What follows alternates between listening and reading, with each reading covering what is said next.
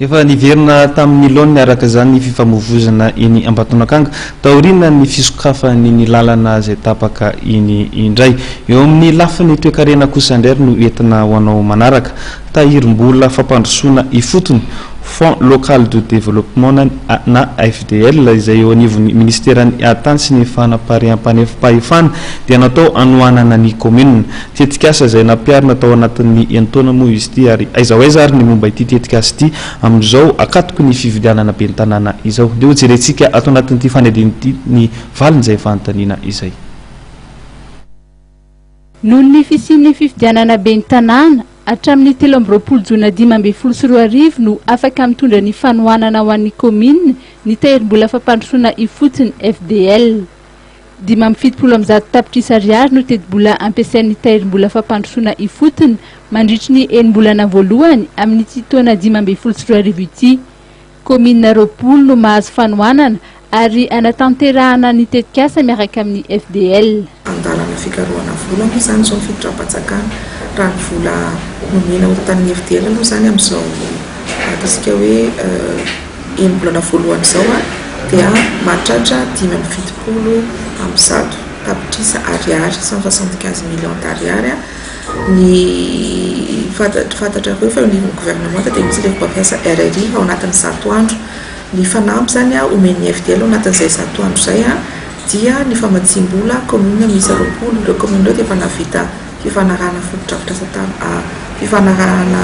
famatsim-bola niaraka taminay tamin'ny taona 2024 fa amin'ity 100 andro ity zany dia vitanay nateraka ny fandevasana an'ireo vola ireo ankoatran'izay koa fametrahana guichet unique any amin'ny commune urbaine ny Mahajanga io guichet unique io dia zava-dehibe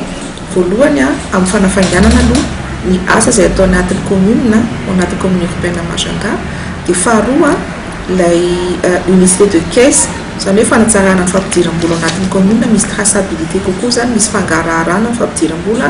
ary ny fahatelo dia miady amin'ny kolikoly service efatra no eritreretina ho ampidirina ao anatin'ny guichet unique io dia ny resaka fanomezana permis de construire faharoa ny mahakasika ny état civil na ny fanomezana sotram-piankonana ny fahatelo dia ny resaka tsena tikentsena ary ny fahaefatra dia mahakasika ny fitaterana an-tanan-dehibe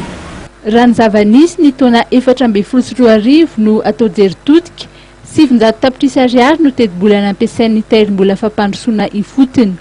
commune Zato no nahazo fanohanana ara-teknika ary nanatanterahana ny tetikasa araka ny tatry ny tale général'ny FDL raha Arindatovo Anitra ny FDL raha atao banky tokana ny asa sany dia amin'ilay voalazanao teo hoe manohana ny commune na amin'ny lafiny ara-bola na amin'ny lafiny fanatsarana ny traikefa izay nivon'ireny commune ireny fantatsika tsara fa ny fametrahana fitsinjaram-pahefana tena izy no anisan'ny vaindondrara izay napetraky ny filoham-pirenena Jaina Eratsonavampiana raha nandray ny fitondrana izy ao anatin'izay fametrahana fitsinjaram-pahefana tena izy izay dia manana ny anjara toerany ny Fonds développement local satria fanohana rehetra izay atao dia mba ahafahan'ireny commune ireny tena mahaleo tena tanteraka amin'ny fitantanana sy ny fanomezana tolotra izay anatsarana ny fiainan'ny mpiarabelona tamin'ny taona 2024 dia commune manodidina ny Zato teo no nitohana ny FDL ny vatsiana vola tamin'ny fanatsarana ny fotodrafitrasa miisa 7 ny efitrano fianarana izay vita ary nahafahana napilitra an-tsekoly zaza miisa 703 ankoatran'izay ireo CSB izay misy efitrano hatsaraina dia miisa eo amin'ny 10 eo ary mahakasika fokotany miisa 5 mahita manatsara fahasalamana zany ho an'ny olona miisa 207 ankoatran'izay koa famezana solosaina tany anivona commune maro dia nampiarahana tamin'ny famezana panneau solaire izay fantatsika tsara fa ahafahana mampitombo ny fampidiran-ketra anivon'ireny commune ireny izay nahatratra tany amin'ny 5 isan-jato tafiditra hatrany amin'ny fanohanana ny commune eto Madagasikara ny 12 sy ny 12 jona ho avy zao dia isy ny seminaire iraisam-pirenena karakarainy tahirim-bola fampandrosoana ifotony commune 10 eto Madagasikara no andray anjara ao anatin'izany Izy ihany koa ny ben'ny tanàna vahiny roa miampy manam-pahaizana ho avy izarany traikefany.